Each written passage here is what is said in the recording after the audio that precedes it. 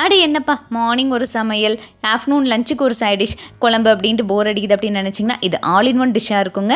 இட்லி, தோசை, சப்பாத்தி, சாதத்து கூட பிசைஞ்சு சாப்பிட சூப்பராக இருக்கும். சைட் டிஷ்ஷாக வச்சு சாப்பிட்லாம். ஸோ ஒரு பேனில் எண்ணெய் சேர்த்துட்டு நல்லா சாப் பண்ண பெரிய வெங்காயம் நல்லா வந்து ஒரு 2 வெங்காயம் வந்து சேர்த்துக்கோங்க. இது கூடவே வந்து பார்த்திங்கன்னா கருவேப்பிலை, இஞ்சி பூண்டு விழுது எல்லாமே சேர்த்து நல்லா வதக்கிக்கணும். இதெல்லாம் வதங்கி வந்ததுக்கப்புறமா மிளகாய்த்தூள், கரம் மசாலா தூள், மல்லித்தூள், மஞ்சள் தூள் சேர்த்து வதக்கிட்டு அதுக்கப்புறம் ஒரு 2 தக்காளி நல்லா பொடிசாக கட் பண்ணி சேர்த்து அதுவுமே நல்லா மேஷ் ஆகி வரட்டும்.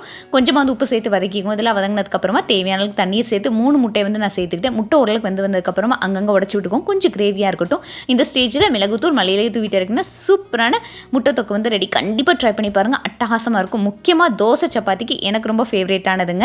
இன்னைக்கு லஞ்ச் பாக்ஸ் குட்டீஸ்க்கு வந்து பார்த்தீங்கன்னா சாதத்து கூட நெய், அதுக்கப்புறம் பாலக்கீரை கடையில் மிக்ஸ் பண்ணி கொடுத்துருந்தேன். சைடிஷ்க்கு வந்து பொட்டேட்டோ ஃப்ரை. ஹஸ்பண்ட் லஞ்ச் பாக்ஸ்க்கு சாதத்து கூட பாலக்கீரை கடையில், அதுக்கப்புறம் சுண்டல் குழம்பு, அதுக்கப்புறம் முட்டை தொக்கு. இது கூட வந்து பார்த்தீங்கன்னா ஸ்நாக்ஸுக்கு வந்து சக்கரவள்ளி கிழங்கு. பசங்க ஸ்நாக்ஸ்க்கு வந்து டீ கேக் எடுத்துகிட்டு போனாங்க.